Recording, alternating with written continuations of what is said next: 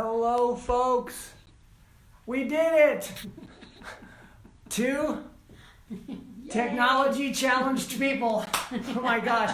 I'm sorry we're late. Hi, I'm Mark Pirtle. This is Meryl Beck. Hi. And we are so grateful to have you join us. Meryl and I are going to talk about a little bit of a rough topic today. And I've been discussing grief and loss for a couple of months now. And reason being, it's important for, I think, in order to lead a meaningful life, that you connect spiritually with what's important, and the people that are in our lives, especially our children, are the most important thing. And so I know a lot of friends whose children have died, and I know that your son also passed, and that inspired you to write this book. And so can you tell us, Meryl, a little bit about your story? Okay.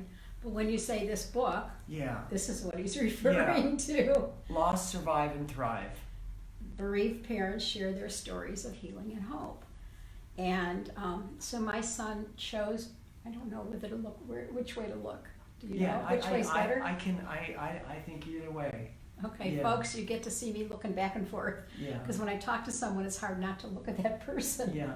Okay. Okay, so excuse us for a moment. You know what I hate? That it's not Mercury retrograde. I like to blame things on Mercury retrograde. Right. It's not. Yeah, no.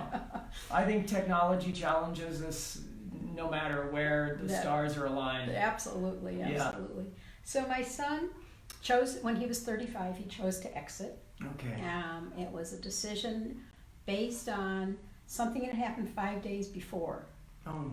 Because, well, I mean, I didn't know that he had any thoughts of suicide. I never knew that. Mm-hmm. But he left his journals, and I read it when he was a teenager. He wrote in there, you know, that maybe I'm going to have to kill myself. He did write that. I didn't know. But he was very good friends with a woman. In the book, I call her Lola. And he wished it was a romantic relationship. And she said, John, I love you, but not in that way. And all I can do is be your friend. Is that okay? And he said, okay, you know, he'd go for it. And they spent a lot of time together. She had a young son, like about 8 maybe, 6, 8. And he would bring her and the son out to Orlando, because that's where he lived, because he loved the theme parks. He was a 35-year-old man with a zest for life, like a kid, like love amusement parks and theme parks and openings of movies. I mean, that's just who he was. And when he came to Tucson, he'd go up to Phoenix and visit her. And 5 days after she got married is when he took a gun. And where was he hurting? He shot himself in his heart. Oh, no. Yeah. Oh, that must have just been devastating for you. Totally. I mean, we had no idea that was happening. In fact, it was October 12th, he sent out text messages to me, to his dad, to his friends, to his sister, and it said, just wanted to tell you I love you. Well, at that point, I was finishing up the manuscript, the final edits for my first book, Stop Eating Your Heart Out. And so I just wrote back, thank you, honey, I love you too. Didn't faze me at all. My daughter, however, said, John, called him John, is that a suicide note? And Johnny said, no, I'm coming to visit, this is where we're going to go eat, and blah, blah. So he convinced everyone, anyone they talked to that day, that he wasn't going to do anything. And yet he had it all so planned that when the police found the body in his apartment in Orlando area, everything was packed up. He had boxes marked to my sister, a box marked Goodwill, a box marked for my mother. All the paintings were stacked up, and he was ready to move. And his suicide note said, I'm not depressed. I don't want a new job, because he had lost his job months earlier. I don't want to move. I don't want new friends. I just need to end it and start again. Which, you know, I didn't know that it was even in his mind ever about starting again. We had never talked about, you know, what happens after you die. I mean, I've done that with other people. I don't think my son and I ever talked about that. So I didn't know what his belief system was. So I found it very interesting. And then he was very precise. He said, please don't put me in the ground. I would like my body incinerated, and I want my ashes spread on the bridge at Disneyland, at Disney World, at this ride at Disney World, at this place at Epcot, at this place at Universal. Very specific, very specific. I mean, he knew where he was the happiest, and he really was. He loved that stuff. And that was over 8 years ago. No, Yeah. painful.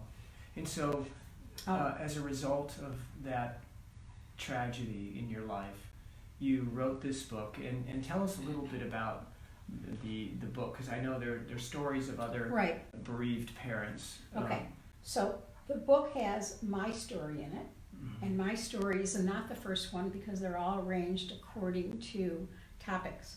So we have baby loss, and those are miscarriages, stillbirths, and we have illness, disease, accident, suicide. We also have a category for mental health resulting in death. Yeah. Mental illness resulting in death. Gold Star families. Yeah, we have Gold Star families, we have drug issues, we have murder, and we have one woman who lost 3 kids, so we have multiple deaths. Oh, gosh. Right. Yeah. And I want to tell you about that one woman, just because, since it's right there now. I had, many of the contributors came to my house for the book launch, and she has had 5 children. One died at birth, one died, her only daughter died with leukemia when she was in grade school, and her third one was a young adult or an adult, and he suicided. And she says, I'm closer to those 3, and I talk more to them than I do to the 2 that are still on the earth plane. Oh, okay. So, so in her prayers, then that's what she means. Well, it's more than prayers. She hears them and everything. In fact, people who read the book will see this story. She said she was really missing her 2 kids, Nicole and Ryan. And she was talking to her friend on the phone. She said, boy, I really miss them. I need a sign. I just need a sign. And the next day, her friend sent a photo of a street sign, Nicole Ryan Street. A street sign. So she asked for a sign. She had no idea it was going to be a literal sign that she got. Wow. Yeah. Wow. Yeah. Right. Right. And I'm pretty sure she's the one. Now remember, she lost 3. Yeah. I'm pretty sure she's the one that one person said, losing a child's the worst thing that can happen to you. And she said, no. She says, the worst thing that can happen to anyone is to live in a world where they don't feel loved, but they don't have love. Yeah. And I thought, I think you're right, because we have the love, and we still can And remember it, we feel it, and we still connect. Yeah. I mean, that's really the connection, right? Right. Is the love that we carry. I lost my grandfather, and this was in 1984, so I was a young man, and more than half my life ago, and I still miss that man terribly. But the love that we shared is the connection that I still have with him. Right. Yeah, which is such a blessing. Yeah. Right, and as I think about my daughter, Alana, who's 9 years old right now, one time she said to me, just before she turned 5, she said, Dad, are you going to miss the 4-year-old me? Wow. And wow, these wise old souls. And when I think about that, of course, I miss that child. And so, even though most of our children don't die before we do, sort of the way we expect that to happen, right? We still lose them along the way. That's a good point. We have to get used to the loss of our own bodies. The 25-year-old Mark is gone and will never come back again. And so I think this discussion and being able to talk openly about death and loss and grief is really part of what's going to help us mature spiritually. Right. Because we all are going to come to that time in our lives. And it's so interesting that in our culture, what's the biggest thing we fear is death. Not just in general. I don't fear death, but I do fear suffering. Yeah. Death doesn't bother me at all, but I would prefer not to have the suffering piece. Sure. Right. Sure. So what purpose do you want the writing of your book to serve? So there is a cultural myth that says if you lose a child, your life is over. Mm-hmm. And I've seen it happen. I have an Airbnb I run, and I've had at least 2 people. It's interesting how the universe just sends me people. Mm-hmm. One lost a son, one lost a brother, you know, and they said things like, the one who lost a brother said, you know, my mother did not survive my brother's death. Mm-hmm. X number of months later, she killed herself. Mm-hmm. She could not live with it. Mm-hmm. And I want people who are suffering any kind of loss, and it might not be a child, it might be a pet, a parent, a spouse, a sibling, it might be loss of face, loss of job, loss of health, any of the losses. Yes. To know life does not have to end there. Doesn't have to. It's your choice. It's your choice. And so this in one way, Meryl, this is how you're making meaning out of the loss. Right. And the meaning connects you to a higher purpose, and I'm sure that's what is feeding your life right now, giving you energy every day. Am I right about that? Well, I've moved into other challenges that's feeding me right now, working through, but yeah, you're right. Yeah. I am very fortunate that I'm able to connect with him now. We have conversations all the time. He has a funny sense of humor. For instance, I didn't wear it today. I used to wear a pendant that was his, and it was a ceramic pendant. And one of the first times I thought I heard his voice, but you know, I was doubting Thomas, and I thought, it can't be really him. And then I said, Johnny, if this is really you, in that kind of tone, Johnny, if this is really you, you heat up the pendant I'm wearing. And the voice said, Ma, there's some things I haven't learned how to do yet. It was such a comment that he would really make. Along the same lines, he said to me one time, I was in Glastonbury, England about 3 or 4 years ago, and I still have some of his ashes, and I meant to bring them. I bring them wherever I travel when I remember. I forgot. So I'm walking through the ruins, the Abbey ruins in Glastonbury, and I said, oh, Johnny, it's so beautiful here. I wanted to bring your ashes and I forgot. I'm so sorry. And the voice said, Ma, it's okay. This is your kind of place. That's funny. I mean, I was the kind of mother that said, why don't you try this? Why don't you try that? Because he wanted to make new friends. He wanted a girlfriend. He wanted all that. Yeah. So I give him all these suggestions. Join a temple, go to a photography club, go play pool, you know, and nothing ever worked. Just everything missed the mark. Now he says, you know, Mom, all those things you wanted me to do all those years, I'm doing them now. All that spiritual stuff you kept telling me about. So, yeah. So the learning continues. The learning continues, and we have a different kind of connection now. Before it was, Johnny, do this. I'm not doing that. Don't you tell me what to do. And now it's, oh, thanks, Mom. Yeah, it's a very different connection now. Wonderful. Yeah. So how do people find out more about you and your work? Okay, so they could go to the website, lostsurvivethrive.com. Okay. And that gives all the information about the book, but right now we're still having the book launch. Okay. And I have 26 people that are giving us really nice gifts. Now some of the gifts are for the grieving, like a meditation for grieving and, you know, just different things for people who are grieving, but some of them are for all of us. Like this woman, Star Fuentes, who's one of my teachers, gave us a book on overcoming sexual abuse. Okay. 2 people did things on relationships. So it's all over the place. And when you get all 26, when you go to the link, I think it's easy enough to do it, tinyurl.com/LST. /LST. LST, okay. book launch. Book launch. Yeah, LST stands for okay. Lost, Survive, Thrive. So say that URL one more time. It's tinyurl.com /LST book launch. But you'll have the same information if you go to lostsurvivethrive.com. Great. And I see, I don't have my glasses on right now, but I see some comments coming through. Too. Let's see if we have any.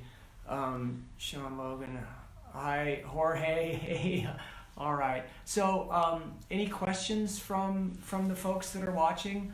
Really appreciate it. Again, my name is Mark Pirtle. I put out Skillfully Aware programming. I've also directed a film along with my wife, Linda Skinner Pirtle. It's called Is Your Story Making You Sick?